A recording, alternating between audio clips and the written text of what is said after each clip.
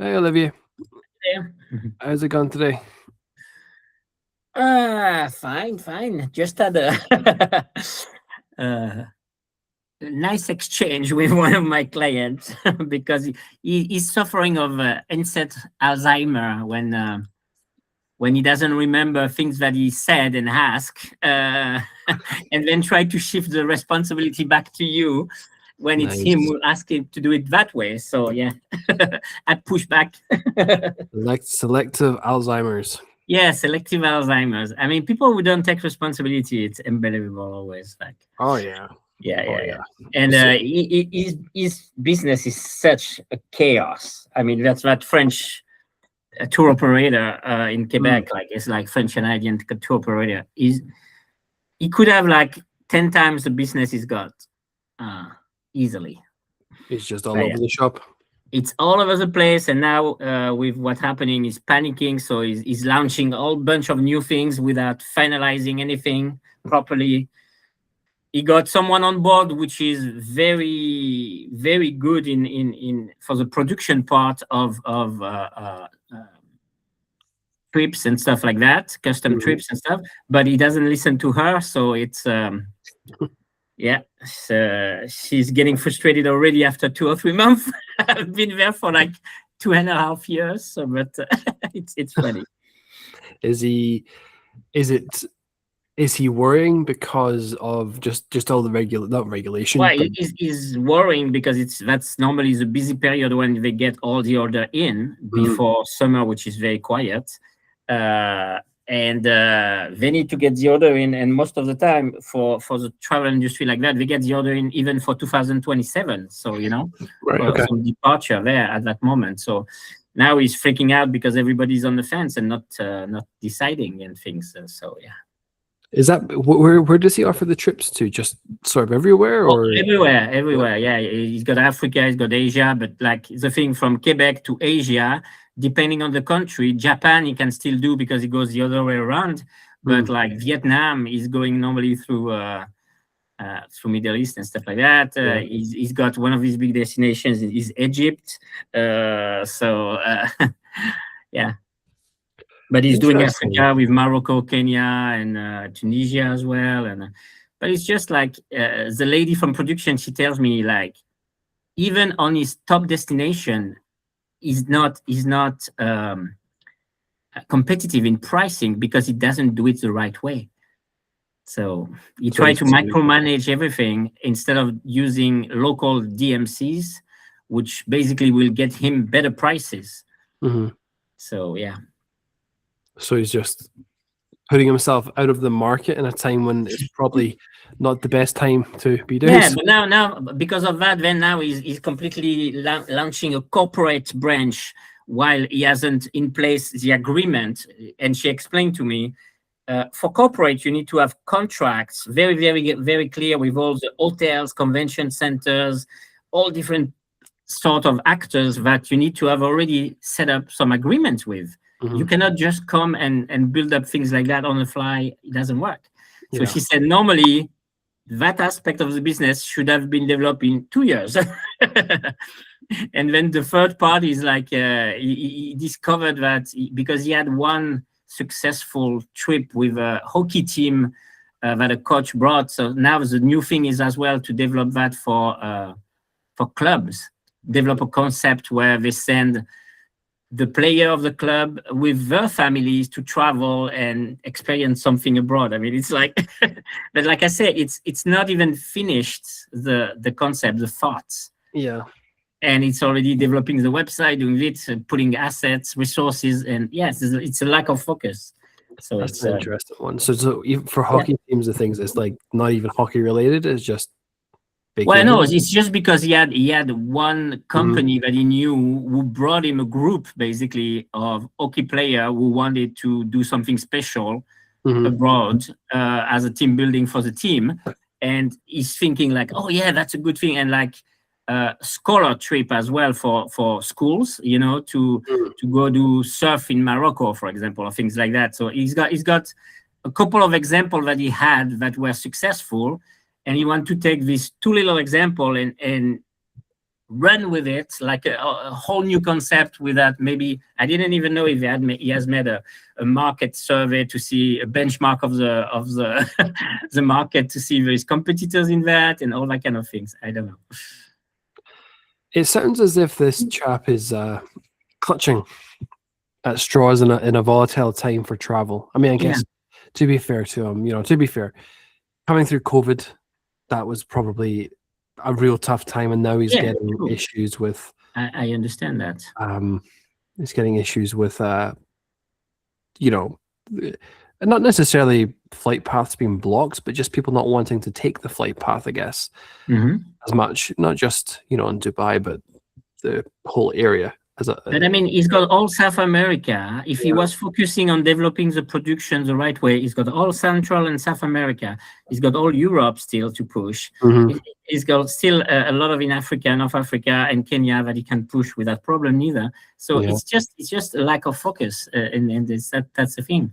And be very chaotic in the organization, and I see that the thing for me, what frustrates me is I've been in there for like a while now, and I see the same mistake being repeated again and again and again. Like he doesn't learn from them, and when you try to tell him, he always thinks it's someone else's fault. And with that lack of accountability, that's problematic in that way. Yeah, definitely. And where do the typical customers come from? The ones that he would usually see ordering, are they coming through? Well, the thing is, he's got one guy which is like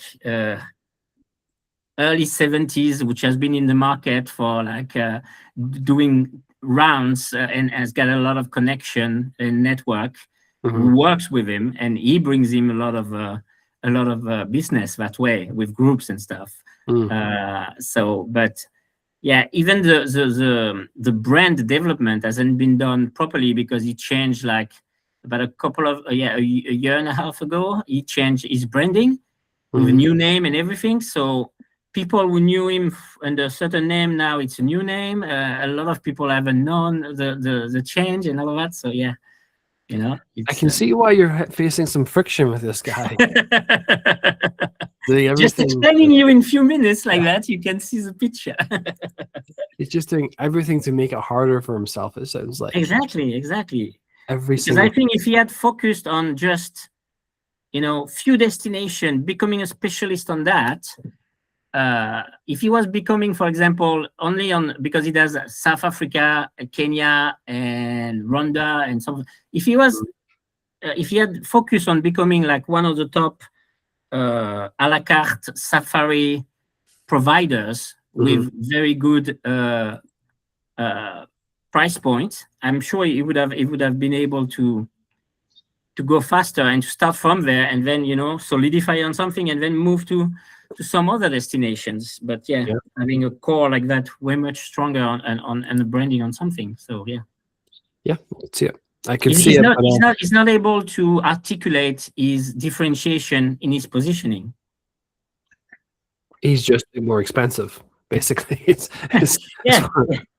But without the luxury appeal, So it's because that's the thing. I think oftentimes travel agents or in that niche, let's say travel niche, experience providers, things like that. I think at the lower end of the market, they have been whittled out by online search and ChatGPT. It's easy to plan a trip, but if you're planning a big trip, if you're planning, especially coming from say Canada or across North America, if you're coming to Europe, you're going to Africa, you're going to Asia, you don't want to do any of the heavy lifting. You're already paying enough, so they have to go for the higher end of the market because ChatGPT has basically taken the lower end away from them. So exactly, and he's done some really good thing in the fact of having, for example, a conciergerie service that follows the traveler and is available 24/7 to them in French, and that's a good point. That really helps. But you need to capitalize on that and to go after like one of his competitors, which is nearby. What they did, they went after the Club Med clients, And the whole high end of the market with Club Med, they just get them on board like that, and they develop a very big agency just nearby in the same neighborhood through that simply, you know. Yeah, I think the top end of the market is where it is, especially even things like golf, right? Golf is such a big one for them because you can easily research, but it's just easier to just have someone organize everything. Exactly, but that's one of the theme that they got, golf in Morocco, when you do the tour of all the bigger golf. So you can go with a group of passionate golf fans, go do that kind of tours and stuff. But exactly. You need to promote it properly after as well, you know. I know it from the other side, which is I know. No, well, more so from the legal standpoint. That's a curveball, right? Okay. Legal, which is, I know of cases because my father's in the legal business and whatnot, so I know of cases and things of North Americans booking through this one particular just random guy in Scotland. It's this random guy, and he would do the golf experiences from people in Canada and the US, and they would pay 18,000 each, 10 of them, and this guy just took the money and didn't actually do anything. That was what the legal case was about, right? But so obviously don't do that. But the point is, that shows the market, the possibilities. Yeah, that's one person, and there's 10 of them that go. And this is a repeat thing. Obviously, he helped one person with that legal case, and other people who had been through the same person referred more. But the point is 18,000 times 10, and they probably get 10% commission off of that. You 15% commission up a travel advisor, if not more. And that's where they should be. That's where they should be focusing. Those types of people, nothing else. Just do that. And you find a convention of doctors and things like that to create that kind of of appeal, and I'm sure you find plenty of them who will be interested by that kind of thing. So there are possibilities, but he needs to listen. Definitely, I agree with you. I agree. But as we wait here, just in case anyone else is a last minute joiner, does anybody have any questions they want us to cover before? Obviously, we'll cover questions as ever at the end as well. So don't worry if you can't ask it now. But is there anything immediate people want to ask before we dive in? If not, I have a question, but I talked a lot, so I will do later on after. So good. Does anybody have a question then before we dive in to today's training? If not, it is all good. And as I said, we'll come back at the end for questions. Give you a few seconds. No? Okay. All right. So we will dive into the training today. Now, today's training is a little bit different. Today's training is a process that I've used many times, and I'm going to share with you the exact results that I have from that in terms of how we create positioning, how we create angles, and building that business, that the dream business, right? The question is always, how do you find a business that reflects what you actually want and what you actually need, and one that doesn't hold you back or subconsciously you self-sabotage whatever you're doing, right? That's what we do. I use ChatGPT / Claude to do this, and I'm going to show you that process that I use myself. Now, as ever, as we go through this training, I'm on a different tab. Any questions, let me know. You can unmute yourself. You can just ask, feel free. But today's training, the title of the training is Building Your Dream Business with a Single Claude and ChatGPT Prompt. If your business violates your top 3 priorities, you're going to subconsciously destroy it. So that's a bold statement, but we're going to dive into why that's the case, how this works, and what we can do about it. So this is essentially how we build a business of our dreams and take steps to build exactly what this looks like. So if you need clarity on exactly what you're building, why you're building it, why you show up, you need to pay close attention to this session. This is going to open doors. It's going to open doors in your mindset. It's going to explain a lot of different things that you have been doing or you haven't been doing. and it's going to give you that North Star, that one thing that you just focus on all the time that guides you every single day. So this is a very important topic, the top 3 priorities. We're actually going to be diving into the top 8, but it's the top 3 priorities. How do we find them? Because if you don't find them, if you continue to operate without that clarity, that sense of direction, you will subconsciously destroy it. You'll subconsciously find yourself not doing the work. You'll find yourself procrastinating, jumping from thing to thing, shiny object syndrome. You'll start to see this materialize. And it's not because you want to. It's not because you want to destroy it. Your mind just does it for you. But again, this is going to make a lot more sense in a few minutes. So what we're going to be doing today, you can take this vision, the vision that we create, and you can pin it to the wall. I do this. I've got my North Star. I live by this. I've got the picture of what it takes, what it is, what it looks like in front of me at all times. Every day that you open up your computer, you see that vision. You understand what you're trying to accomplish.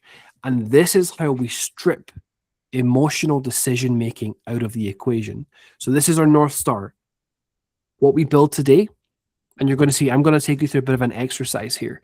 And you can do it in real time. You can work with Claude. You can ask questions about the responses. The finished product that I take you through, this is what you print off. That is what you have it on your wall or have it on your desktop or whatever you please, however you consume information best. That's this final outcome is what you print. And the most important part of all of this is stripping the emotion out of it completely. Businesses die with emotional decision making. It leads to shiny object syndrome, distraction, procrastination, etc. It leads to making decisions that don't serve or help your future. Giving into these emotions is what keeps you stuck. And the process I'm going to show you here is how we completely strip it out. So think about a time if you've ever been in a position where you've made a rash decision. You've decided to do something, and 3 weeks later, you wondered why you do. Once the dust settles, right? You see the outcome of your decision. You see what you're missing as a result of your decision, and you regret it, right? We've all been there. We've all made rash decisions in a moment of madness or a moment of emotion. We've all been there. It kills business. This is why a lot of working with clients is actually emotional regulation, right? It's you manage their emotions, and just like Olivia was saying just before that call, he's having to manage the emotions of one of the clients. They make rash decisions. They're all over the shop. This type of emotional decision making kills businesses. It kills them, and it can kill our business as well. So we have to remove them. Now, we have to think about what a dream business actually looks like and identify and understand what that dream business or what the form of it actually takes, the shape that it takes. Each of us could have our own vision. It could be, say, complete control over your time. It could be flexibility, financial security, stability, optionality, lifestyle control, never having to say no, being able to help other people, giving your family the life that you never had. So what does it actually look like to you, right? And a lot of this is built from previous experiences, which we'll come on to in a few moments. But for example, is it complete control over your time, being able to work where you want, when you want, not ever being constrained to particular working hours, or not when you wake up on a really nice day, having the ability to say, you know what, today I don't really feel like working. Today I'm going to do something else. Today I'm going to spend time with the kids. Having that control, that ability. Or is it financial security? Having stable, predictable income that provides security. Lifestyle control, living life on your terms, not someone else's terms. Being where you want to be. Going on vacation when you want to do it. And this was a big one, never having to say no, right? For me, as you're going to see, I'm going to show you my parameters, and I'm going to show you how we get to this. But one of the big ones for me internally was never having to say no. It's optionality, having the option, the choice to do whatever I want to do, never having that limitation or that restriction, right? I never have to make a decision because I can't do something. It was a big one for me. Maybe you want to help others, being able to give back, have a positive impact, or maybe you want to give your family that life that you never had, right? Creating that better future, creating that legacy in your family. We can all have different goals. We can all have different visions of what this looks like. But the most important part is understanding where this actually comes from. So oftentimes, these dreams, these visions actually stem from our upbringing, what we've experienced in those early years, and sometimes experiences, maybe a particularly severe experience that you've had later on in life as well. But honestly, most of the time it comes from this age range, basically 10 to 23. The reason for that is because we're the most malleable at that time. We take shape at those ages, right? Those experiences, those are often the things. Maybe it's something that a parent said to you. I've said to you before, I remember things like one-off sentences that my dad would have said to me that really had an impact, and not always a positive, sometimes a negative impact. I remember, I mean, to be fair, at the time, it probably was ridiculous, right? But I remember him saying to me that it was ridiculous to think that at 16, I think it was 17 years of age, I could make 100,000 per year. And, at that age, sure, maybe that is ridiculous, but that thought never left me. It always stuck with me. And it made £100,000 per year a lot of money in my head, when in reality, as you progress, it turns out that it's not. It's very achievable, but it stuck with me. It was like this thought in the back of my head. And that was just a passing sentence. I bet you if I asked him today, he wouldn't even remember having said that. Not even close. But to me, it was like tattooed in my brain.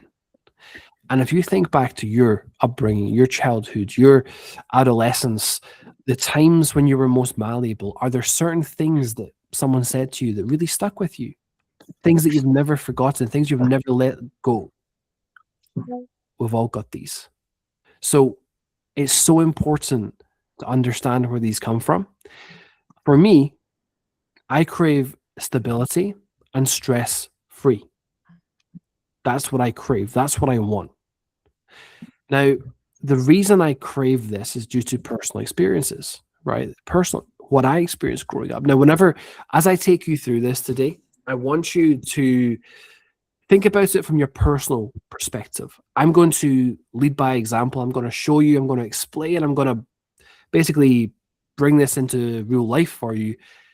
But my version means nothing to you. You have to create your own version, right? So what I'm saying, I want you to use it as an example as to what the finished product should look like, but convert it into your world, convert it into your life. That's the key.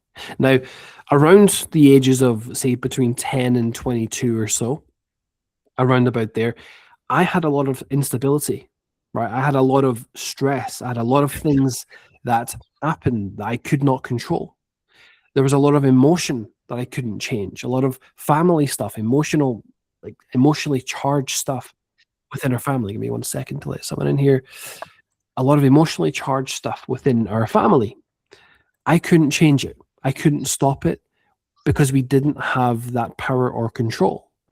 We were stuck in that environment. There was nothing we could do because we didn't have that financial freedom, right? To not have to suffer.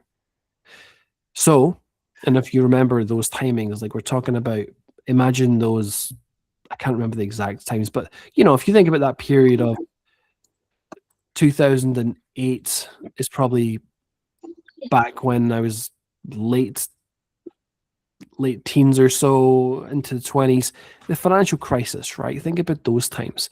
That's what we were going through. We didn't have the financial wherewithal to survive a lot of that stuff that happened, things that were not necessarily within our control. So as a result, we saw the negative side of that. So naturally, my instincts deep down inside of me, they gravitate towards unshakable control. I crave this control where nothing can impact me. It doesn't matter what happens with the economy. Fuel prices that are skyrocketing. I think we're all experiencing that right now, right? Huge fuel prices. Getting to a point where that doesn't touch you, you don't even care. Grocery prices. Back in Canada, the grocery prices doubled, literally doubled so quickly. Getting to a point where that never touches you, you don't even notice. Yeah, it sucks, but you don't really care. That was my instincts craved this unshakable control where nothing could touch me. So for me, it was never about the big houses or the fast cars. It was all about control, doing what I want when I want, having the option to change something because I have control. And that control comes from having enough financial resources. So it was never about the money. The money was just arbitrary. The money was just the vehicle that unlocked a sense of control, stability. So this is why I always say it's never about the money. Nobody ever wants any money. It's always what we do with that money. Some people want the nice things, and that's perfectly fine. Some people want the money because it allows them not to worry anymore. Some people want the money because it gives them choice, time, freedom, ability to do what they want. And this is what I'm saying. I'm giving you my example here because I want you to think back into your life, your experiences. What do you think back then influenced how you operate today? Was something said to you? Did someone tell you you couldn't do something? Did someone cast doubt into your mind? Did someone tell you that you'll never amount to much? That you've always wanted to prove them wrong? Think back, really, really think back into that time in your life and think back to what influenced you. What are those, I'm not going to say haunting thoughts. Yeah, you know what, haunting thoughts, the things that haunt you at night, those little things, those niggling little things in your brain that influence how you work. So for me, it was instability. I remember so vividly. I remember our car being taken away. Like I remember standing at the window and watching someone come and take our car away. I literally remember that as a teenager. And I've never forgotten it. It was a silver BMW. I remember it being reversed by this little lady. I hated her. I didn't know who she was, but I hated this woman. I watched her in her stupid jacket drive the car away. I watched it and I remember it so vividly. And I remember her face and her black short hair. Everything, she was really, really rotund as well. That's not a nice thing to say, but you can see how much I hated this lady. I remember that specifically about her. Think about how much, that's years, that's decades ago, multiple decades ago. Think about that, how much I remember that. We all carry these things with us and they shape who we become. So basically in my life, in my world, it's all about control. It's about having so much that nothing ever can shake me. I can solve problems with money. I don't even have to think about it. It's never about the fast car. They were like side things, right? Cars, houses, they were side things to me. It was all about the stability. It's all about having the natural, it's all about having the natural movement of life, the ebb and the flow of life, the ups and the downs never impact me because I have built a strong enough foundation that nothing can touch me. I can't stop the reality of life impacting me. It's going to happen. We're all going to experience things, but I can minimize the impact of it. I can stop it hurting me, right? Can't stop it from happening. I can't stop fuel prices from skyrocketing. I can't stop grocery prices from skyrocketing. I can't stop any of that stuff, but I can get into a situation that it doesn't touch me, that I don't care. I don't even notice it, right? That's the reality. So we have to think back about those little times in our life because those times hold the key as to exactly what your business should look like. Everybody tries to hide these thoughts away. Right? We all try to put them in the back of our mind and in a closet or whatever, hidden away where we don't touch them, we don't remember them because it hurts. But the reality is your subconscious doesn't forget that. It's always going to be there. And if you build the wrong thing, if you build something that doesn't match those priorities, you're going to find yourself self-sabotaging. You're going to find your subconscious taking control. And that comes out in the form of procrastination. It comes out in the form of chasing shiny objects, going from thing to thing to thing to thing, because it's unsettled. Now, I need you to think about those experiences. The ones that you had when you were younger, and generally throughout life, if you've ever had something that was particularly, particularly difficult, and we've all been there, particularly difficult to go through. Those moments where something really impacted how you feel. It may have been instability. Did you experience instability in your early years like I did? Did you see others have something that you didn't have? Were you always the one that didn't have something? The nice things in life? Was there a time in your adulthood when you weren't able to give your kids something that you really wanted to give them? Was it that you couldn't spend time with family when you wanted to? Was it a beautiful sunny day and the kids are on Easter vacation and you had to go to work? You couldn't take advantage of it? Did those particular moments stick with you? Did you have to choose and accept lesser options? Did you have to choose the home that just was fine, not the home that you actually wanted? Or did you have to choose the car that was fine, not the car that you really wanted, or the vacation or the hotel?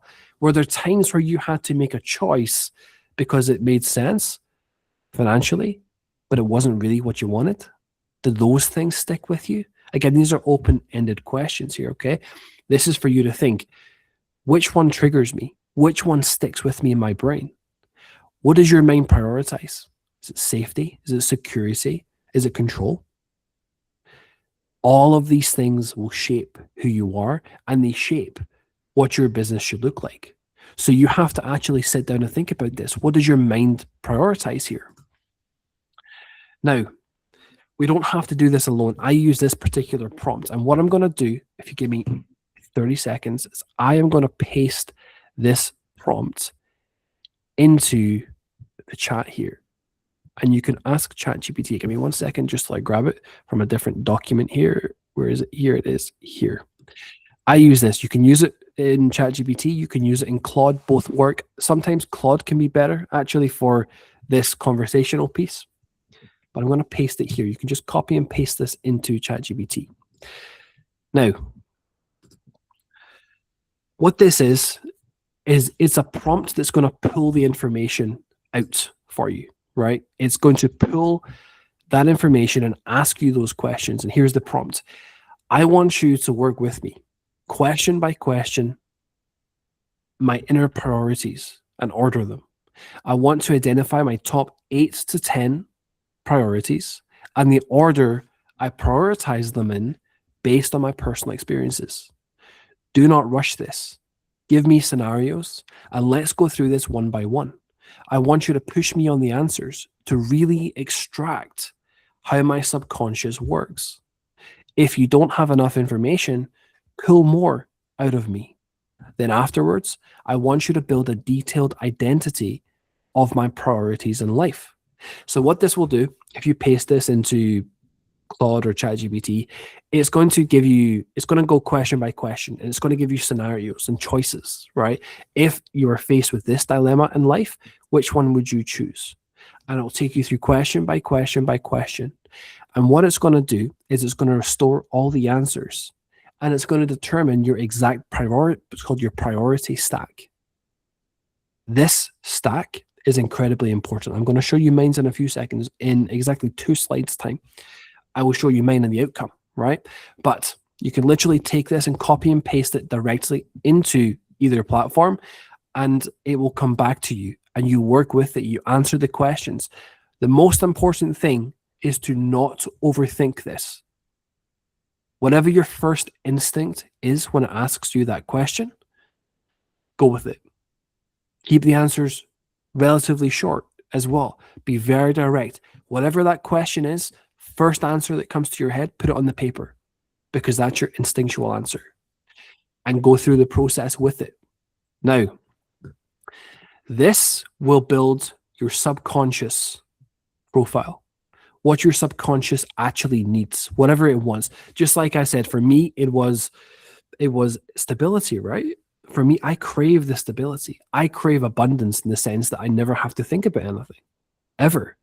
I crave being able to make problems go away. This is the key, because I'm going to show you something surprising in a few minutes. So it's going to build your priority profile.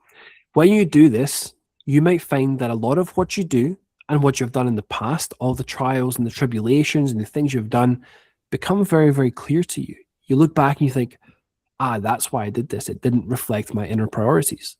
It was against what I was looking to do. Things will start to make sense as to why you did something in particular. And it might feel quite emotional at times because it's going to draw from your previous experiences. But you've got to be direct and honest with it. Whenever it starts to bring up childhood experiences or experiences with your kids or whatever that may be, it might feel emotional. It might feel hard to talk about because it's going to expose it. But what it's going to do is it's going to create that list for you that you live by.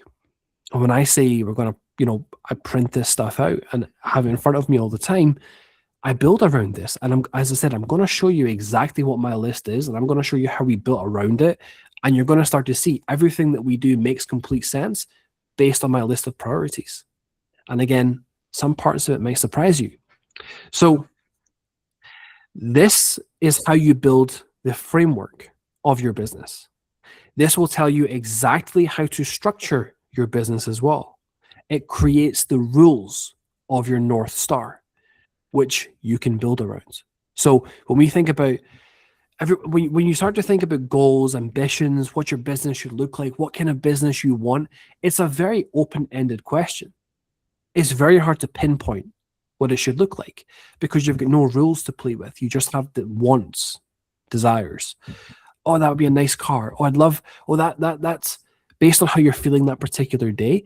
Oh, that high ticket model sounds really good. I'd love to do that. Because think about having $10,000 just hit my account. That'd be great. Because you know what? I could use 10K right now. It's the short-term emotions that get in the way. Whereas if you build everything around these priorities that we're going to expose here, all of a sudden, things start to move. You start to progress because you're aligned with it. So this is how we do it. This is how we get the subconscious alignment. Your past choices make sense with it. It builds our framework and our rules, so the parameters with which we operate, and also the parameters with which we build a business on. This is the key. The parameters with which we build a business on. This is how we select the business that we build. And this is how you unlock the barriers.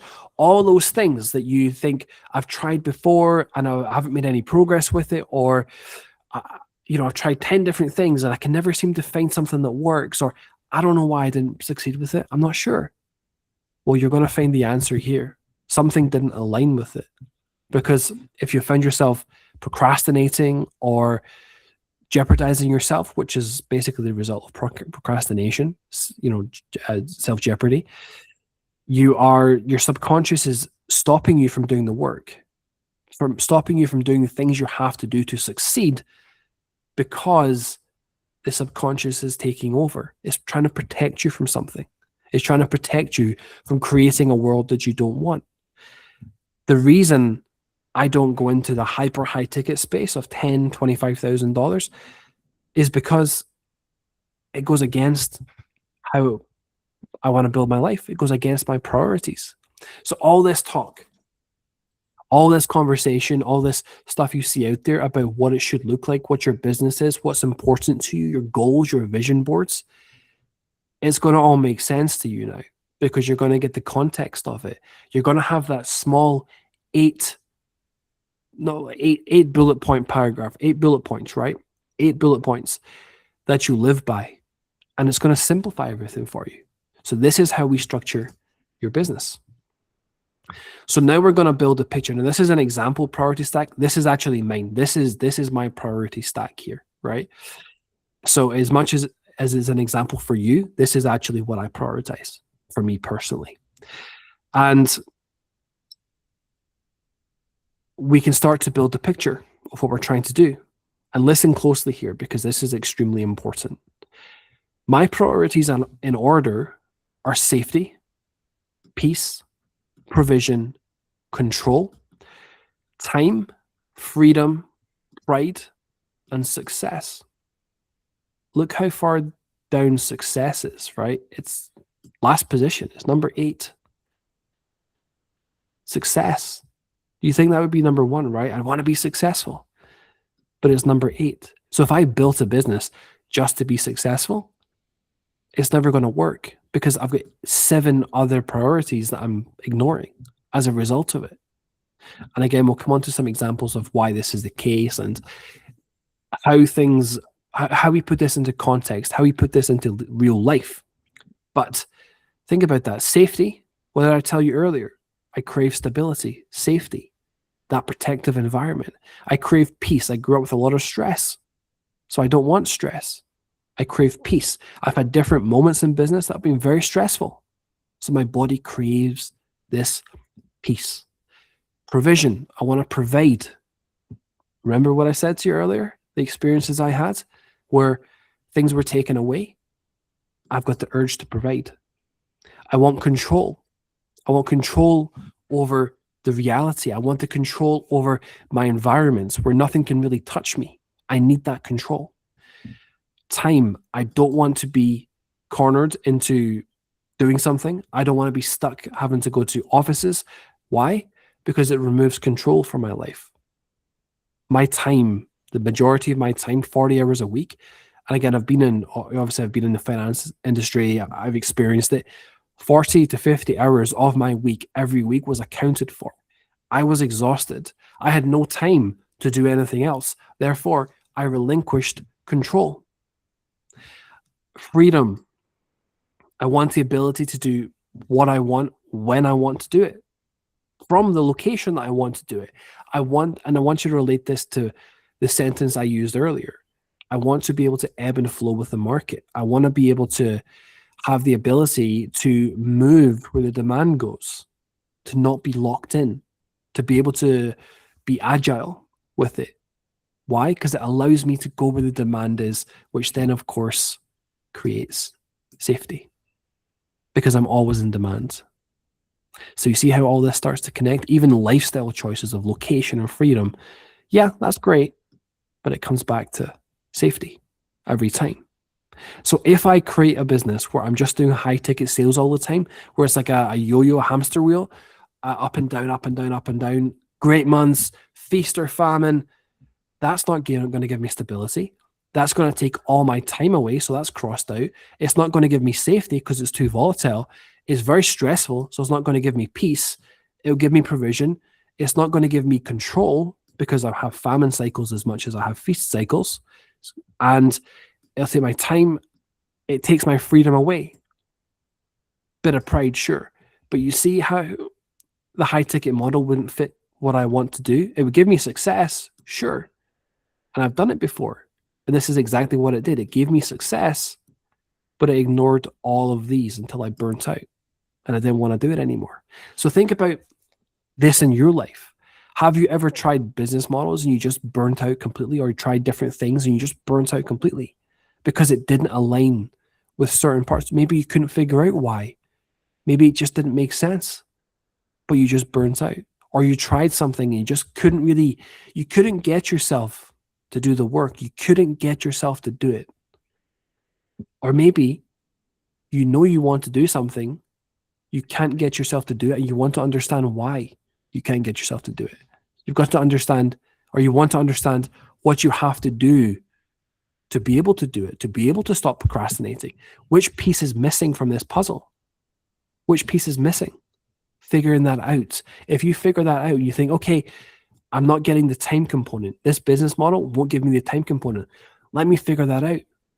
Let me hire someone that does take the time component, gives me complete freedom over my time, gives me the time component back.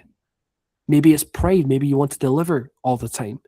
Well, that's where pre-built systems, that's where using assistants come into play to be able to deliver a high quality product over and over and over again.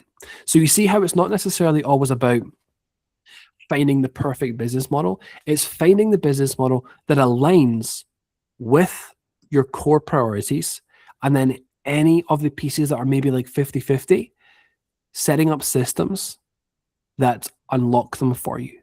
Hiring people, right? Hiring people, improving product quality, systemizing processes, SOPs, things like that. But again, these are my priorities, right? This is my list here. From that ChatGPT prompt or Claude prompt, you will get your own list of priorities, and you can build from there, and you can expose it. And I'm going to show you again how we translate this into the real world, into businesses. So bear with me. Now, I want to reiterate the part about success. Everybody wants to become successful, but you will see for me that it was the 8th priority. There are 7 others I value more highly based on personal experiences. So what does this mean? It means if I simply structure my business for success, I'm always going to feel like something's missing.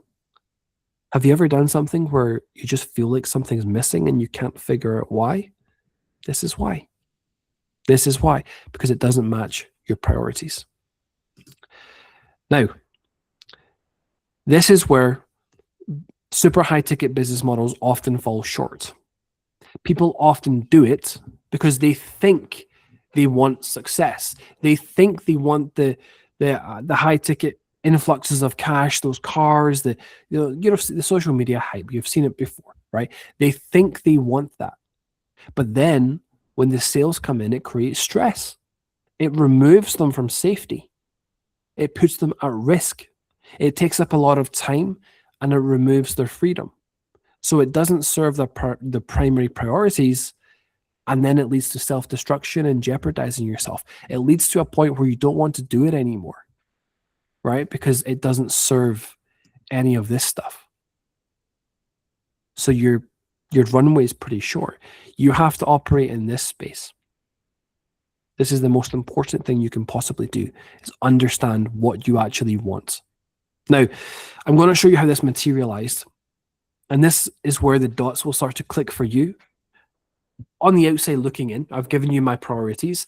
Now I'm going to show you, how did we end up at Go High Level AI Employees and Automation Systems? How did we end up there? How did we create this? Why did we create it? Of all the things out there, how did we end up here? Why do I focus on this? And we can look at it, right? Now, Go High Level AI Employees, it passes every single metric. It creates safety. And again, I'm going to go through these one by one, so you'll see how it creates safety. But it checks the boxes: safety, peace, provision, control, time, freedom. Every single one of them, it passes, which is the priority, right? And it also passes pride, and it passes success.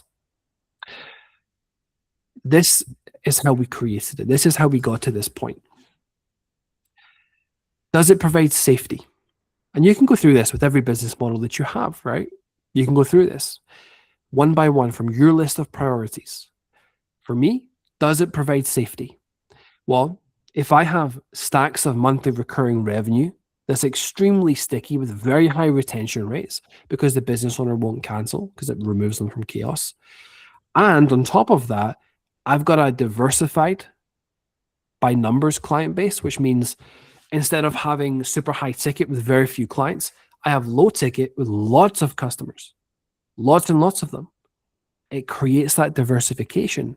It creates the stability for me, right? Think about that.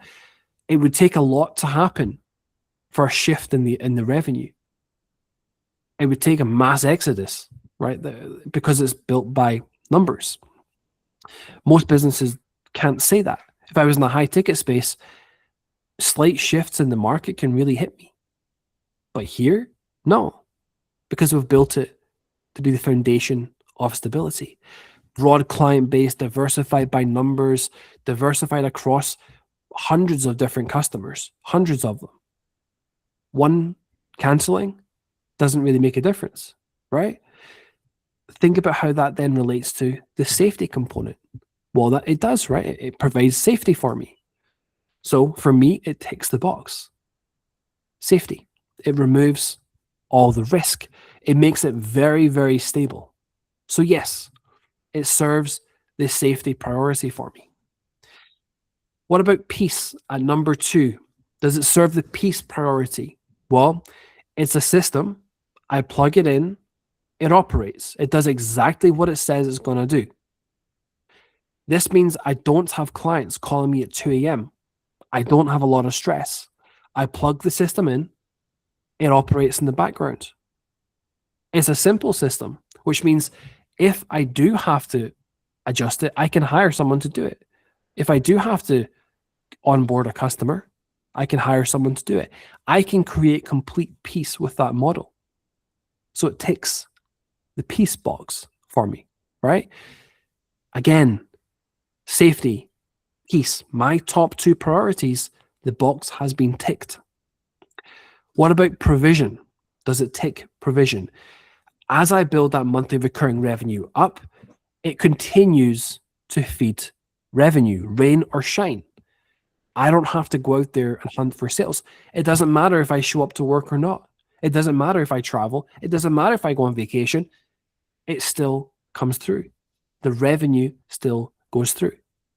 I don't have to chase new sales. I can take a month off sales. I can take 6 months off making sales, and it still flows. So yes, it does create provision. It's not just big influxes where we have feast or famine. I again use that term. It doesn't create that. It doesn't have that whatsoever. It's very consistent, very repetitive, and it allows it to compound. That's the secret. It compounds. So I know what to expect. I'm not blind, I'm not flying blind to this at all. I know exactly what to expect. So it creates security. It creates emergency funds that just top up every month because I know what's coming. So I can make decisions based on knowing what's coming. So yes, it ticks the provision box. What about control? Does a Go High Level AI employee and automation system provide control? Well, it's a system where I can run automated emails. I can run ladder funnels. I can have clients paying automatically and coming in daily. I can control this. I can control when we increase our customer base.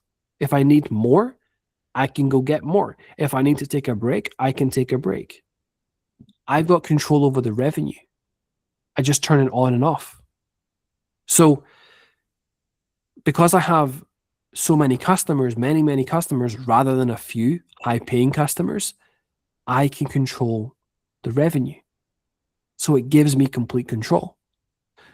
If I want to launch new angles, I can launch new funnels and they'll click. I can launch ladder funnels.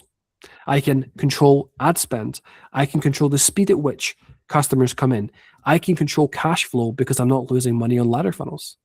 I can have a consistent foundation of customers coming in through email all the time, just in the background. So I have complete control. I can increase the volume at which I send. I've got control. So yes, it ticks the control box. What about time? The systems are already automated from a fulfillment standpoint. So I've got control over my time. I don't have to be at a desk. I don't have to be on calls. So I do control my day. I control my working hours. I work when I want to work. I do not have to be there.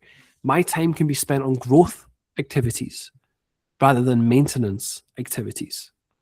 So yes, it gives me control over my time. If I want to go somewhere, do something, if I want to take care of, for example, I've told you all I've been taking care of the horses every morning, right? That takes me like 2 hours a day. If I do that, I can control my time. I can choose to spend my time like that. As you all know, one of our dogs died, maybe like a month ago now, just under. I've been taking extra care of the other one, making sure he's kept busy all the time. That takes me another 2 hours per day. Again, control over my time. Most people can't do that. Most people can't take him out walks multiple times per day because they're at work. I do. I can. I'm not stuck on calls. I can work when I have to work. So yes, it ticks the box of time. Freedom.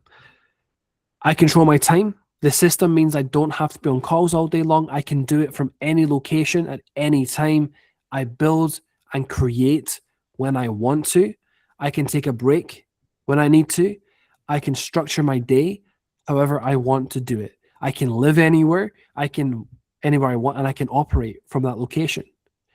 The stability of recurring revenue creates additional freedom that I can make decisions based on.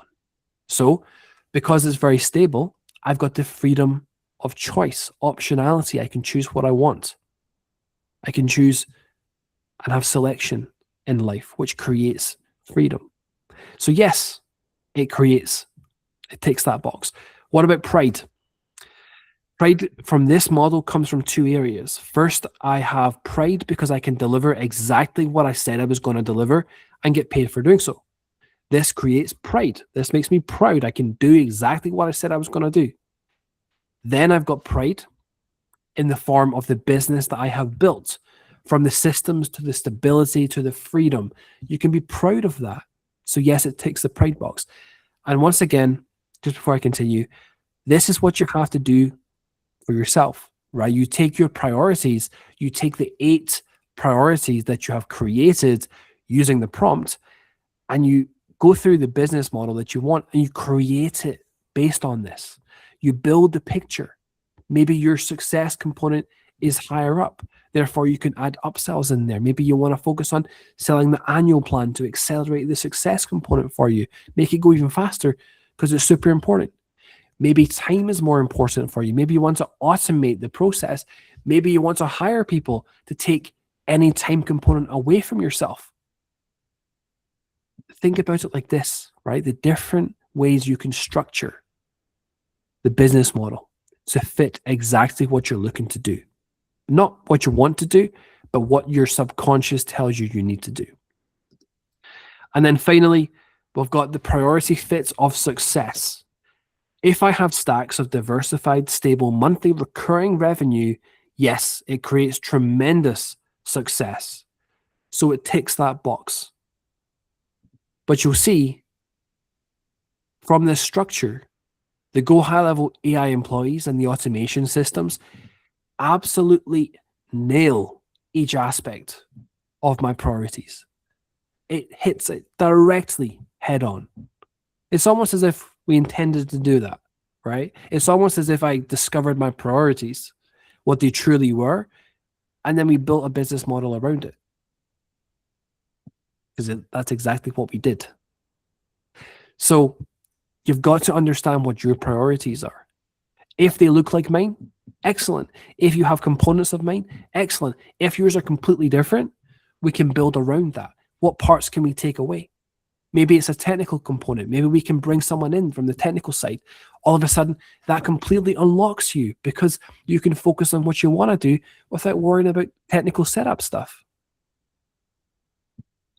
It's about understanding what is holding you back because it doesn't align with your priorities, and then understanding how to fix it. So the time component, the freedom component, maybe we have to automate it. Maybe you want to bring the success, like I said, and accelerate it. So you want to do annual plans. Maybe you want to sell $10,000 deals for the year because you want to accelerate that cash flow. Maybe you want to do completely recurring because you want that more automated customer acquisition path. You see how we can pick and choose? We can design the business to fit exactly what your priorities are. And once you have aligned with that, once you see that the business that you're building completely aligns with your priorities, everything starts to flow. Everything starts to work. Everything clicks into place because your subconscious is no longer holding you back. It no longer procrastinates. Because as like I said earlier, procrastination is a form of your subconscious holding you back. Right? You want to do it. Procrastination means you want to do it. You just can't seem to get it done. You delay and delay and delay. But deep down, you do want to do it. Right? That's procrastination. Why does it happen? Because something inside, something in your subconscious is afraid. It's trying to protect you from something. Maybe it's you know that if you do the work and you bring customers in, then you've got to speak to them. That holds you back because you're afraid of doing so. Okay, well, what if we had someone in place that just spoke to the customers for you? What if you had someone in place that dealt with the technical side of all the customers? What if that was all taken care of and you could just focus on the part that you do like? All of a sudden, if that's your scenario, it gets you excited because you think, well, now there's nothing stopping me. And you start doing the work. Maybe you're afraid of sales calls. Maybe you don't like that feeling. Well, what if you put a salesperson in place? Does that free up your mind? because that's your subconscious talking to you. What if you're worried about spending money on ads? You don't want to do it. Well, what if we install ladder funnels that liquidate, and you test with a small budget and you see that it works and liquidates itself? All of a sudden, that pressure of ad spend disappears. Do you feel that weight's lifted off your mind? So you see how it's not a black and white example of you've got to have the perfect business from day one. No. We engineer the business. We correct particular components for how you have to operate. That's why it's custom to everybody. That's why you have to do this exercise. That's why you have to understand what your priorities are. Then you take your model and you fix the parts that don't align with your priorities so that it becomes this perfect mold for you. And all of a sudden you find that everything just accelerates. Everything clicks. It's like magic happens. All falls into place.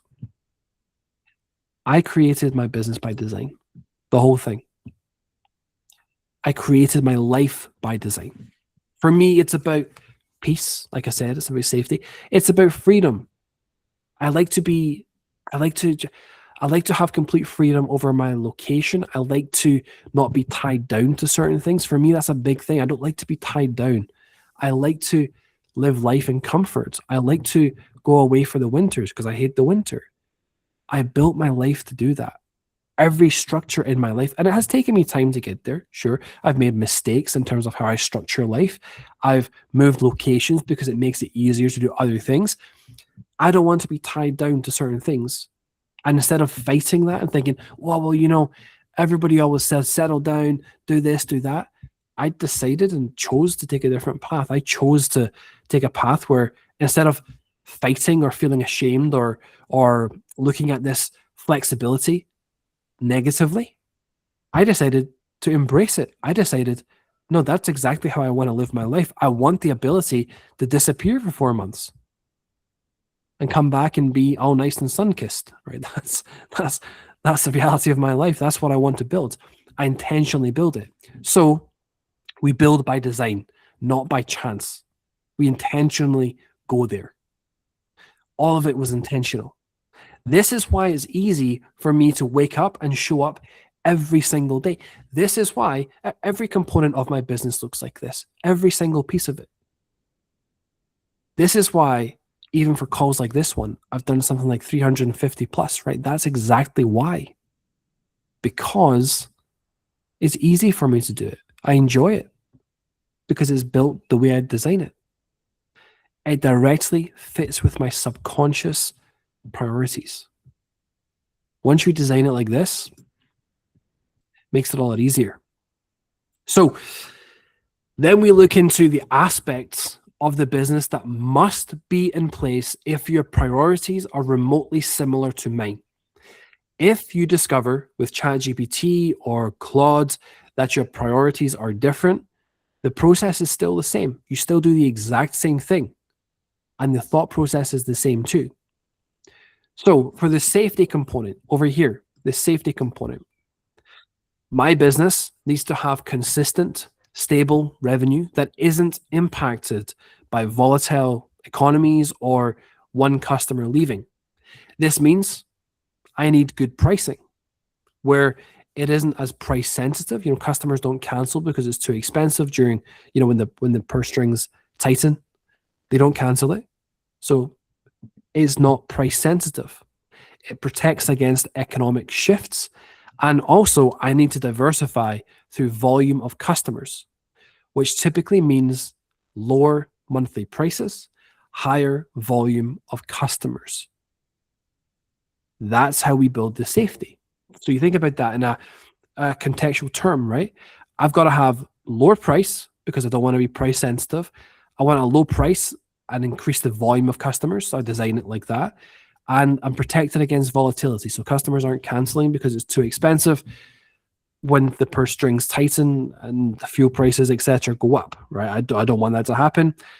It will create uncertainty. It'll create volatility. So I must structure my business to not make that happen. Therefore, my pricing is controlled by this mechanism over here. For the piece components, piece over here, My business has to have stable, steady fulfillment systems. I need to remove all the variables and the volatility. I do not want high ticket stress. It will steal my peace. I have to have a system that solves a simple problem that somebody already has and wants, because I don't want to convince them of it either. They already have the problem. I just fix it. This protects my peace because I can then systemize further if I want to with an assistant to take care of the communication components if I want to step further back. So again, I'm not promising, I'm simply fixing, I'm simply solving problems. I can see the problem, I can see the solution to the problem, I go fix that problem. It creates peace in my business. My fulfillment system is always the same. It doesn't change. I remove the variables. Solve the problem. I don't convince them of anything. It creates a low stress operation. So it ticks the peace box. That's what I'm looking for. This is how I say, look, if my priority number 2 is peace, which components of my business are important? What do I have to pay attention to?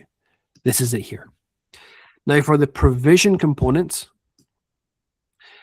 my business needs the revenue to come in consistently. It cannot be volatile because I have to provide, right? I want to provide. That's so deep ingrained. I want to provide. So I need the consistency. Cannot be volatile. I don't want to take huge risks naturally because I protect and provide. That's just my instinct. Some people do. I personally do not. So I don't want a feast or a famine cycle. I want stability.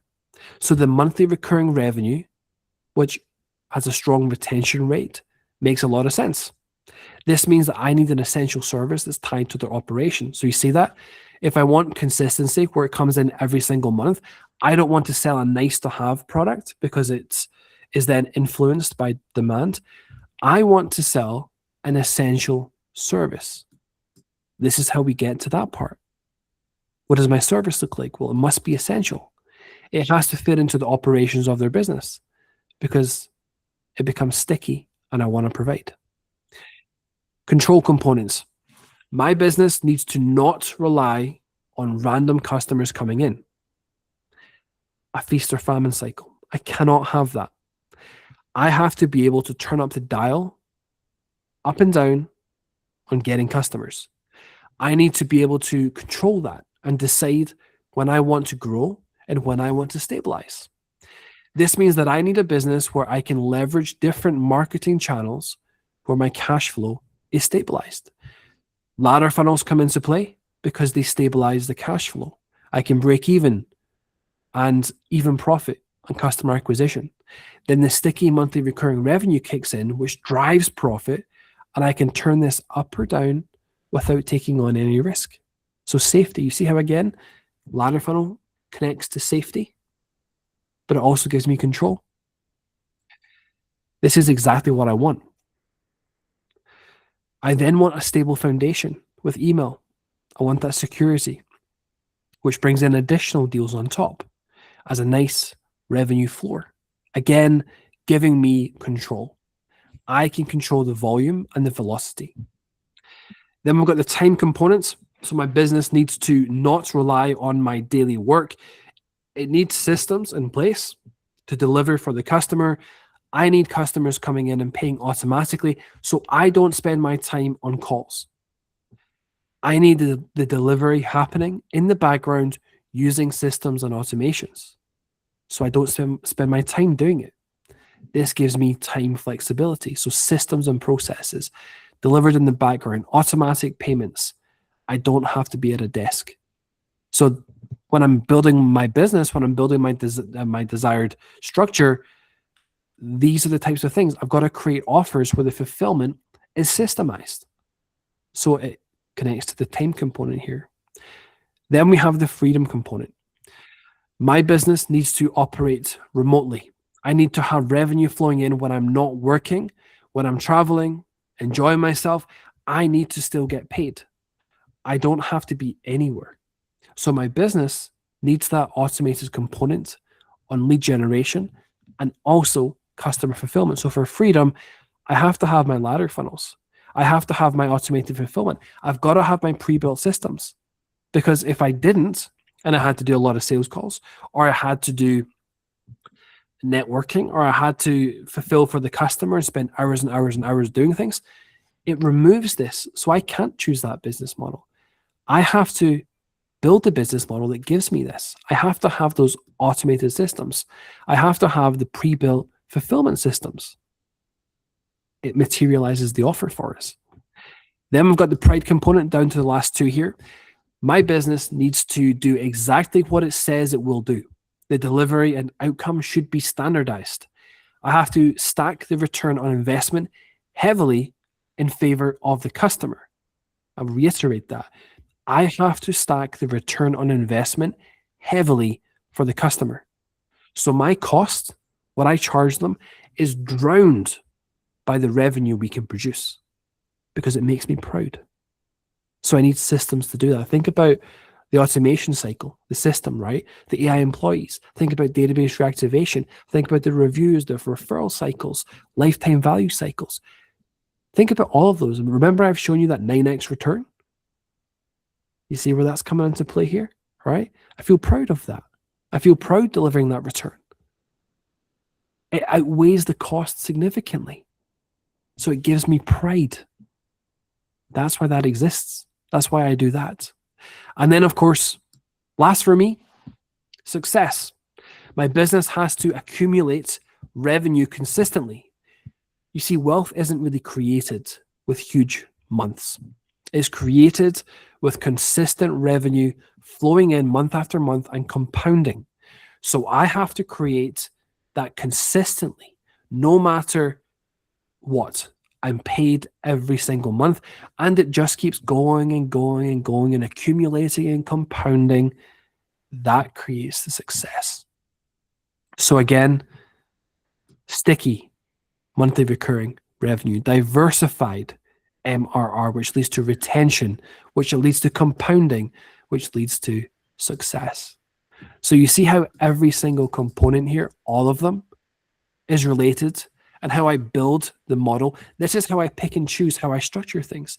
This is how I pick and choose the models, the offers, the structures, because it relates and correlates directly into my priorities.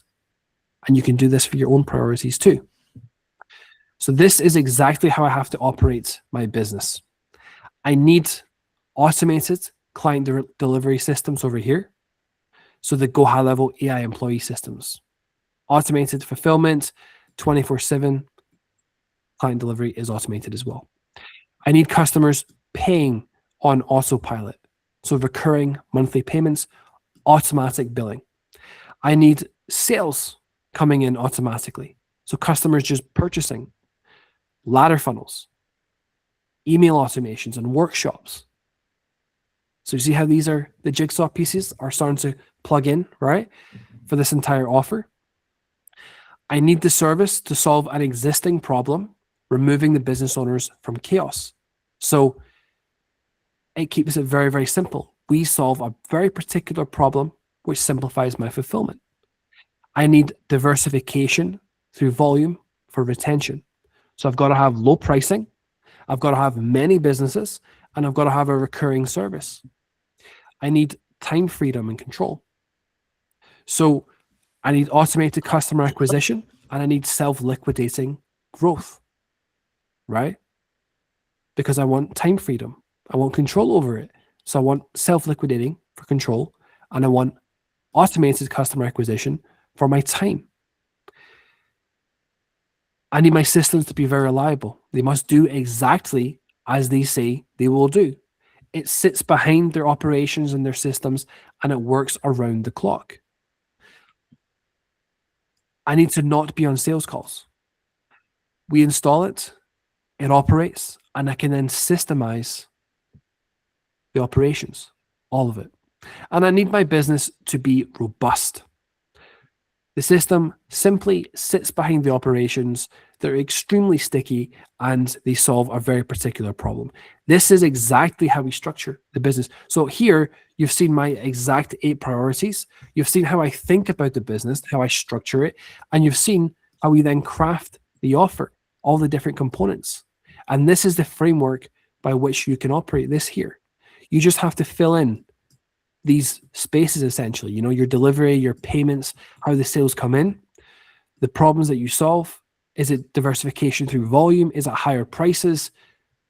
Which path do you choose? How does it work with your time? What about your system reliability, your fulfillment? Do you want it to be a bit more volatile but have higher upside? Or do you want it to have a lower upside but be very, very reliable? What about the long term? How does it look in the long term? Is it an essential operation or is it an AI wave? How does that sit for you? And of course, your support system. Are you going to be on calls? Do you like calls? Do you want self-service customer service? Do you want systems? Do you want simplified customer service? So you just put yourself into these boxes, all of these boxes. And what this does is it takes your 8 components, your 8 priorities, and it creates them and turns them into an entire business framework that you religiously live by. You print them out, you stick it there. This is what you live by. If you're quantifying or you're qualifying an opportunity, if you're thinking about doing something, you simply ask yourself, and you ask it harshly, does this tick each of my boxes? If not, can I fix that? Can I do something about it? Can I adjust it so that it does? Because if you can fit into your boxes here, the water starts to flow downhill. Everything moves very smoothly, very quickly for you. So this means I don't have any internal friction. All of it just starts to click. It's almost like magic. I stop procrastinating. Things start working for me. Why? Because I'm operating exactly how I need to operate. It gives me everything that I need, and it's built intentionally. I don't create these systems by chance. It's all on purpose because it creates the life that I want.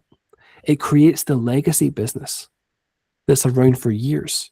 It gives me control over my life and it serves me. And this unlocks success. It's all about the internal friction, the subconscious, if it's holding you back or not. So here's what I need you to do. I need you to map your priorities with that ChatGPT or Claude prompt, whatever one you prefer works. Then you take your priorities and you build the crystal clear picture and the reason why you're doing certain things. Just like I've done so here, where I showed you my 8 priorities. I showed you what they mean to me. And I then took the business model and I fit my business model into those priorities. I basically filled in the blanks. How do I structure the business so that it ticks and passes every single priority? If one element doesn't pass, how do I adjust it? Is there an element where customers might come to me? Sure. Okay, we can fix that. Is it taking up my time too much? I can fix that. I can hire someone, takes care of it. Okay, it fixes that. It clears my mind. Am I worried about ad spend? Well, why don't I just use a ladder funnel then instead? Fixes that problem. So you see how you can take your priorities, you can take your business models, and then you can fix any parts that don't 100% align with your priorities. You want to get yourself into a position where this fits perfectly based on adjusting each component of your structure. This becomes your North Star. You print this out. So once you have this, you've got your 8 priorities, you've got your business mapped with exactly what it would look like. Building that picture based on those priorities, you print it out, and this becomes your North Star. Every decision is run through that matrix. Every single one. It gives you direction, it gives you clarity, and it gives you purpose. And you start to realize and understand why you do certain things. It makes a huge difference. So your action steps here are to use that Claude or ChatGPT prompt and pull your initial value out of it.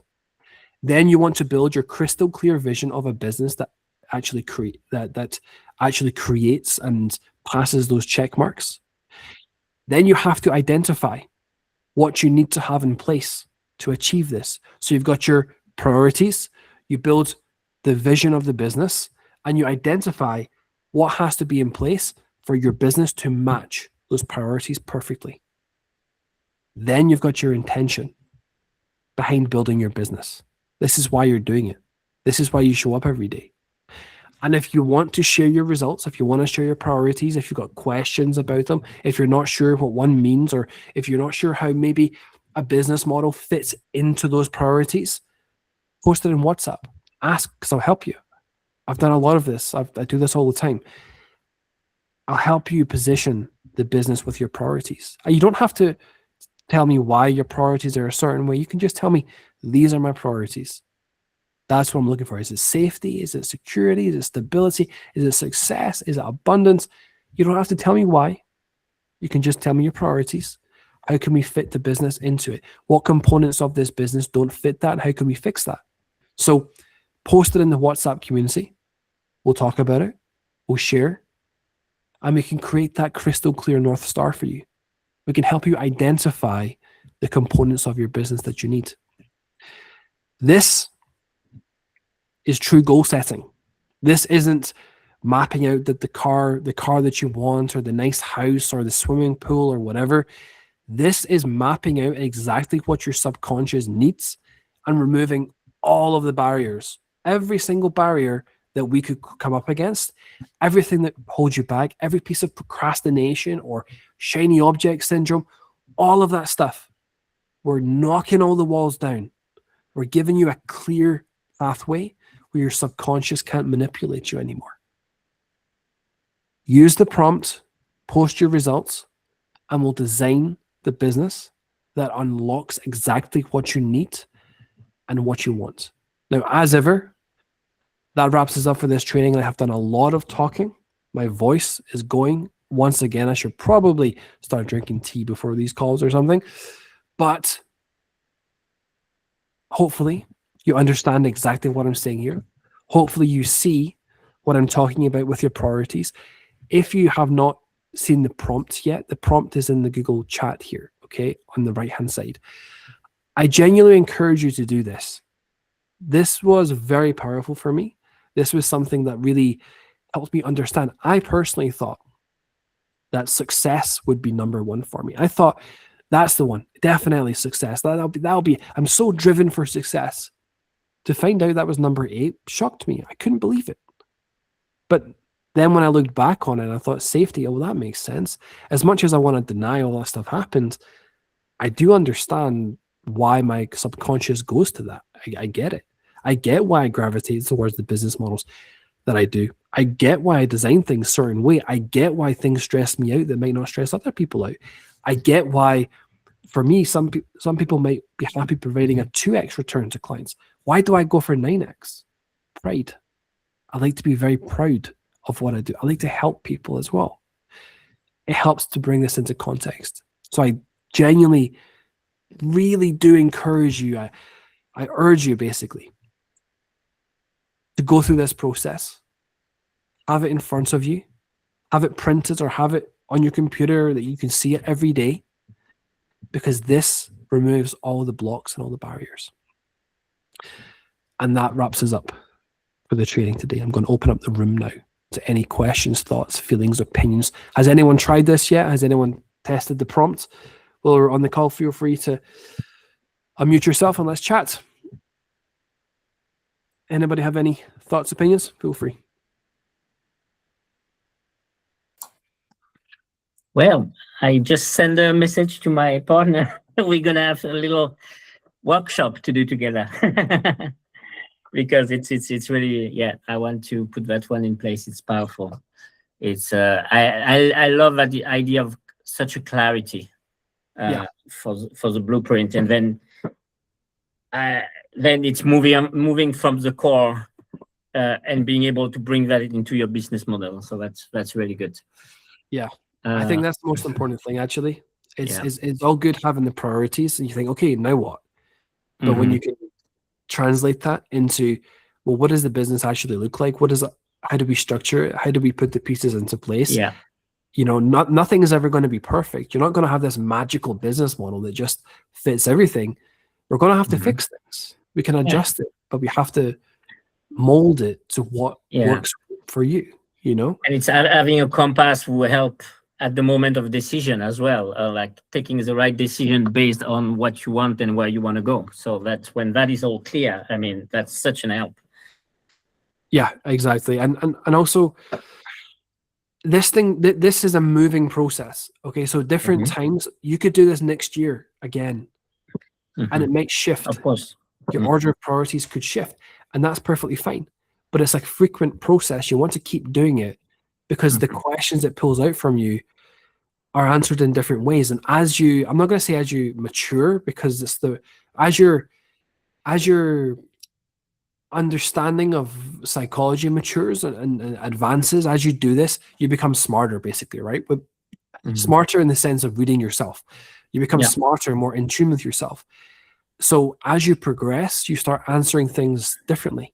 You start seeing certain things. You start saying, oh, wait a second, I do this because of this over here. That's why I've been doing that, right? This is why I wake up at 3 in the morning. My sleep cycle is really weird.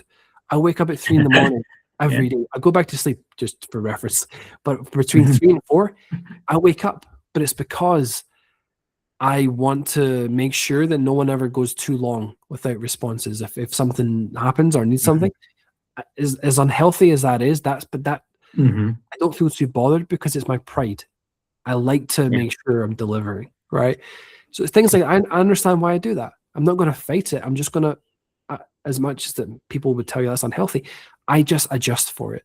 I go to bed an hour early and I maybe sleep an extra hour at the tail end of it because I have that little hour that just gives me peace of mind, you know? Yeah. We have to stop fighting things. Our bodies and our minds, like think about the caveman days, like that's stuff, right?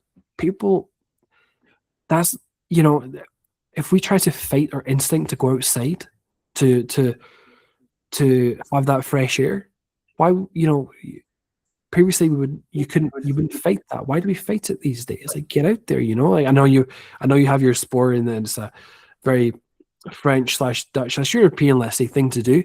But in North America and in the UK, we fight it at times, right? It's like a hobby. It's not a necessity. Wrong way to do it. Yeah. No, we've got to do these things. So I'm a big believer in not fighting, working with it. Make it work for us instead of fighting against what we actually believe. And well, it brought a lot of awareness on how past mistake or past failure in business were certainly due to a lack of alignment. Definitely, I can see that. So yeah. I think as well with that helped to move forward. Yeah, definitely. And I think one of your big things I remember was like last year when you took that trip with your daughter, and that was the freedom. That was ticking that box for you and having a bit of stability to be able to do those things. That's the stability. So I have a feeling when you do this exercise, stability and freedom are going to be pretty. Oh yeah, I know they're going to be high on the list. Yes, definitely. Sure. Yeah, definitely. I got that question that I had at the beginning. So it's more on the sales side of things. I just want to check with you if I'm on the right path with what I'm doing. Okay. So my South African client, who wants to expand to the US, came back today and he was like, so because I made him an offer for a website, but now then he came back and said like, well, I saw the opportunity on the market, it's really big, blah, blah, blah. But we have this competition in place already. And he's got people like who have been in place over there for like years, and big name also in Europe that I know in the industry, like Compan, which is like a big company. And he's telling me like, yeah, I want that we match with them, in terms of like lead generation possibilities. I want us to be visible. I want us to be able to compete with them for attentions.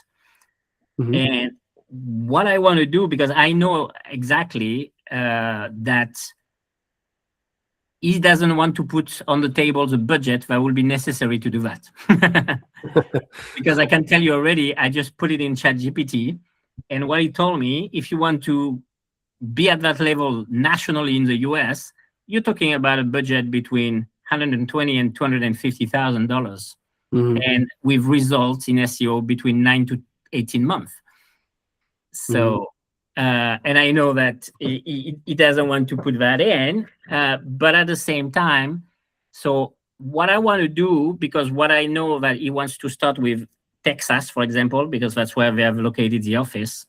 And there in Texas, there is a lot of more opportunity to do local SEO and to be able to rank for a lot of things like playground equipment in Austin or playground equipment in Dallas, things like that. And to be able to have visibility and to generate some good quality leads as well with like playground for churches in Austin, for example, that kind of things. And that will be brought back in a better budget. But what I want to do, I want to, would it be a good way to do it that during our presentation, when I present him the offer with what I propose as a package, I present as well like that research that I did in ChatGPT because I really want him to have that. I want to manage his expectation and I want him to understand what he's going against. Because he's starting from nothing. And I already had that conversation today where I say, like, you realize we're starting from nothing against people who have been there for years. That's going to take time and money and investment in that way, I said. It's going to take time and investment. So I just want you to be understanding that before we start the thing, and that it's not going to be like a two-month commitment. It's going to be at least a 6-month commitment, to 1 year to be able to, in the 6 months to start to get results. It can be even faster than in local when I do it well. But yeah, I just want to. Do you think that is the right way to present it with like bringing in that aspect of showing him numbers which are given by a third party like ChatGPT, so it shows that it's what the market is for that? I do, but I frame it slightly different. I wouldn't, not differently, but I would frame it specifically. What I would say is,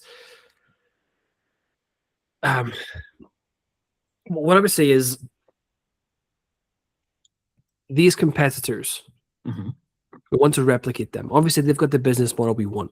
That's the key. They've got everything that you want, everything that we want to build. They have it right there. Now, their revenue is probably, what would you say? What would you say it is? Probably like tens of millions. I'd say tens of millions, right? Multiple tens of millions, likely. On the low side. And I would say this. I would say exactly like this. Even if we say on the low side, right, 10 million, right? So massive revenue, big profits, like millions in profit. But the reality is, in order to unlock those 10 million in profit, you have to invest like $250,000, right? I mean, 250,000 investment to make 10 million it makes complete sense. Do you agree with that? It makes complete sense. The problem is we've got to get to that point. So we're starting and building up here. So what we're going to do is we can get to that point, but we'll do it with building blocks. So instead of having to invest $250,000, what we'll do is we'll build it state by state, and that will then start to drive the revenue, and we can reinvest, which means it doesn't come out of your pocket, and we can build and build and build on top of that, and we can multiply it from that. So we can get to that national level without you having to take that risk on of the investment up front. So we can build to that level. And in terms of that, obviously, the upside is huge for these types of industries. The upside is massive. I mean, look at the numbers. They could be doing 10, 20 million. The upside is huge. Yeah. But the competition is tough. It's worth it once we get there. But we've got to get there. So my question for you is, this isn't something we just dabble with, right? This is something that if we're going to do it, we're going to do it. Is this something you actually want to pursue? Like, that upside is attractive to you? Are you really seriously committed to this? Because if you are, we're going to have to do this for at least 12 months. And that's the minimum. You can't be doing this for 3 months because it's not going to get you anywhere. The upside is worth it, but you've got to commit to it. Is that something you're willing to do? Do you see how I framed that there? Yeah. Like that. That's how I'd frame it. And would you try, because it's going to be at least 1,000 per month, for that kind of things, even at that level. Would you try then to lock him in for like with 1 or 2 months for free on an annual contract commitment at least, or do you would you let it on a monthly basis? I will. So if I would do it like this, if you're going to go for the annual, I have no problems. I'd probably do an annual contract, but I would do it like this. I would say, look, obviously, $250,000. We're gonna. That's a big upfront investment. Again, I'm anchoring against that for a reason. The upside is huge, but we're going to build this building block by building block. The good news is it's not going to cost you $250,000. The reality of these types of scenarios is we've got to really be committed. But I know we're starting from zero, so I'm trying to work with you. I'm trying to do it as cost effectively as we possibly can. So what I can do is, if we commit to this for 12 months, we're really in this, we're doing it together, I can drop that price from thousands per month. Not having to invest $250,000. We can do it for 1,500 euros per month for 12 months. I can drop it all the way down to there. It makes it easier for you, lightens the load a little bit. And I'm doing that because I know we're starting from scratch. We build up together. So you see how, again, I'm framing it to starting from the high price of the investment first, and then drop down to but I'm also doing them a favor as well. Also doing then you lock them in a contract, but you make them pay monthly, correct? I mean, and you can say, if you want to pay this up front, I can give you an extra 2 months free, or if you want to just do monthly for the 12 months, that's perfectly fine too. Okay, great. So it's all about the positioning of that offer, right? If you position that offer correctly, it'll work really nicely. I guess it's more difficult in a way because it's an ex-colleague of mine, and we are more friendly in that way. That brings an extra. I'd say it's easier though.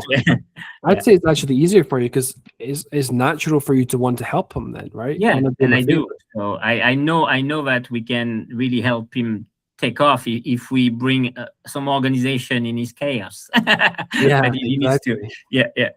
So that's exactly how I do it. I would frame it as you're trying to do him a favor, and I'd say, look, we're in this together. I'm not going to be doing this for 3 months. I'm just not interested in doing so because I don't think it's going to help you. And also, I want to build something. I like to commit, and I like to really build something special. So the reality is, if I'm in this for 12 months, you're in this for 12 months too, and we go together, and I'll make it work for you because you're starting from zero in this market. So as a result, instead of charging the $250,000 it would take to get there, we'll just do it over the course of the next 12 months, and I'll drop it all the way down to 1,500 euros, and that's it. That's all you have to pay. It's just a psychological flip. That's all I'm doing. It's just how we train that person to listen to us, to listen to the favor that we're doing them. And but I told him today, I said I just put in a message, but I said, like, I want to be transparent. I want to give you an offer where I know that I'm able to deliver results for you with it. So I want it to be realistic as well in terms of the budget needed to be able to get the results, because I know that that's really the thing. There's too many people promising, especially in SEO, result with that. It's a performance-based thing, which is, I don't like it, but this time it's just because there's an upside as well with everything we discussed before, and the fact of, like, then I can ascend him as well for this second company into go high level with another package for his business development people there to do that. So I want to do it, but it's because it's performance based. I want to make sure that it's realistic in that way. Yeah, and I would also say to him, I'd use that as an anchor. If you get into a position of, it's a bit more expensive or whatever, I'd say to him, look, here's the reality. I could have told you it was 400 euros. You'd have said yes, we could have just done it. But that's not enough to make any difference. And you can go out there, you can find someone that will do it for that, but you're going to get movement. You're not going to get progress. So you can choose movement or you can choose progress. We're friends. And we've got a good relationship. I'm telling you, I'm being very direct, and I'm telling you, look, if you want this to work, you have to give it enough fuel. It's not going to work. You're just going to waste your money if you don't. So we're going to do it right, or I can't do it because I won't put you in the position where you're not going to get results because there's not enough fuel. So that's the position that we're in. And I know I need to put that anchor because he will be the type to go look into South Africa, for people who are gonna present him a price, but without having the result behind. Exactly. Yeah. Exactly. So that's how you do it. It's all about the framing of these things. It really is. You have to anchor them. Yeah. You have to be the friend. Like you're aligning with them where you're trying to help, and you're saying, look, that you can go to Upwork right now and you can find someone that'll do it for 200 euros. But if you want to spend 6 months and 1,200 euros to get absolutely nowhere, and we have the same conversation in 6 months' time, you can. Or we can just do it right from today in silence. I'm going to re-listen to that piece for a while. 2 times. Thank you. Yeah, no worries. That's how we do it. All right. Anybody else have any questions they want us to cover? Can be about anything at all. Doesn't have to be about this. Feel free to ask. When you were talking about that, one of the things I was thinking is by going state by state, you're also able to show him incrementally in small sections and small bites. It's like taking a bite of an elephant. It's a big project.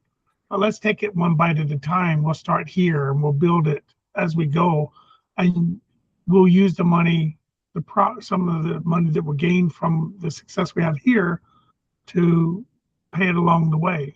Yeah, exactly. Self-funding. That's always you always pull on that anchor, right? Self-funding growth that pays for itself. It's not coming from your pocket. And also on top of that, because I had a conversation with a client in California last night, and he was talking very similar to this. He wanted to go into these big brands and big orders, and I was saying to him, I was like, look, the reality is, if you're going to place $100,000 order, are you going to go with the company that's got 260 Google reviews, or are you going to go with the one that's got 4? Doesn't matter how good you are. What are you going to do if you don't know them? So what we need to do is we need to build up state by state first before you go for these national contracts, because that's what they're going to look at. Then you get the reward, and the good news is the moats that you've built is so big because you're so strong in each individual state. No one can touch you. So all these new entries to the market, they can't touch you because you did the hard work. You did the heavy lifting. You built your foundation. So there's ways we can flip everything, honestly. Yeah, that's pretty damn good, though. That's the way we do it. So yeah, it's all about, I tell you, it's more about how you say it than what you say. It really is. Well, what I love for me as well is when the method for the way I build the page for local SEO in one state works, I can duplicate that in another state very easily in Go High Level. So exactly. So that's a bonus. Exactly. And it does make sales easier because you get the proof from other states. It makes it a lot easier, actually. So I would also use that reputation-wise. It's much easier to get a reputation locally in the States than it is nationally. Especially in the US, actually, because it's so... Well, I see that one of the big competitor is dominating in Alabama, for example. That's really... He's already making like a lot just by going to the city halls who have a line of budget for all these kind of things, for replacement and for new project and all of that, so... Yeah, the US works very, I'm sure everyone will tell you as well, it works on a state-by-state basis. Like, it's so, there's so much pride in each state as well, and they support the local businesses of that particular state. So trying to cross is harder. It is harder, but when you're local, it's just people trust it more. They really do, as in that particular state. So yeah, that's what I do. Okay, thanks. I do. No worries. Wade, did you have a question, or were you just? Oh no, I just wanted to be with a family and see what y'all are all doing. I'd encourage you to do this process, though. I think you benefit from, actually. I'm afraid of what it'll tell me. Don't show your wife, though, because she'll know. No, can't let her see it. She'll know what to say to get what she wants. Yeah, she has she can pull all my strings. I don't want to give her any more things to yank on. Yeah, exactly. This would give her too much. And honestly, I think this is how her brain works.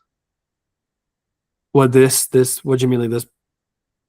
The way this is structured, my wife thinks about 10 to 20 different things at any one given time. I can't keep up with her. And I've tried. I can't keep up with my own stories when I'm talking to her. That's how confusing it gets. But no, this is really good. This is definitely something Wade would have never even considered or thought about doing before he stepped forward and did something. Yeah. It's too well thought out, and it's got too much value to it for Wade to have actually wanted to even consider doing it. And now that you showed me, I have to do it. Yeah, I think it'll just give you a very good direction. Clarity. I think it'll give you clarity, yeah, definitely. And then Olivia, I was just commenting there as well in the chat for you about the SEO stuff too. All right. Any other questions from anybody? Feel free to ask whatever. The stage is yours. If not, it's all good. Yes, thanks, Daryl. I thought about IEO as well. Yeah, that's something that I will be building it the same way to be able to also show up in the AI engines. Yeah. If at the end, could you hang on for a few minutes for personal question? Sure. The only issue, yeah, I should be able to. It's not a problem with that. It's recorded is the problem. But I'll see if I can turn it off. I don't know if I can turn it off, but all right. I'll see. We can try. There you go. All right. Anybody else have anything?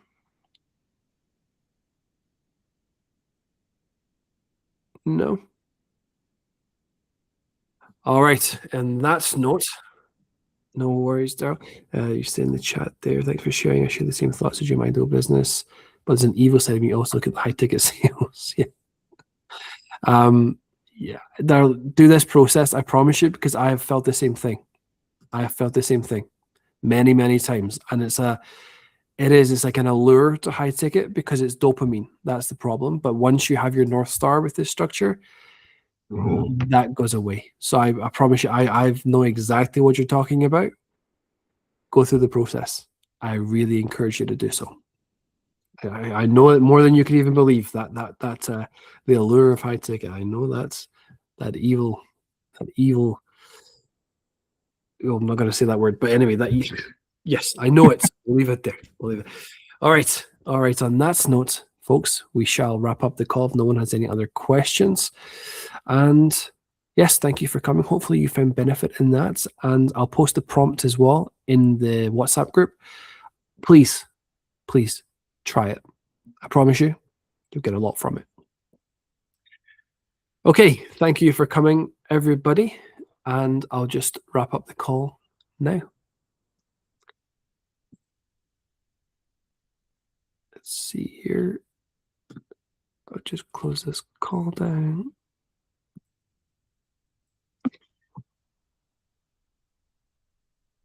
Stop recording.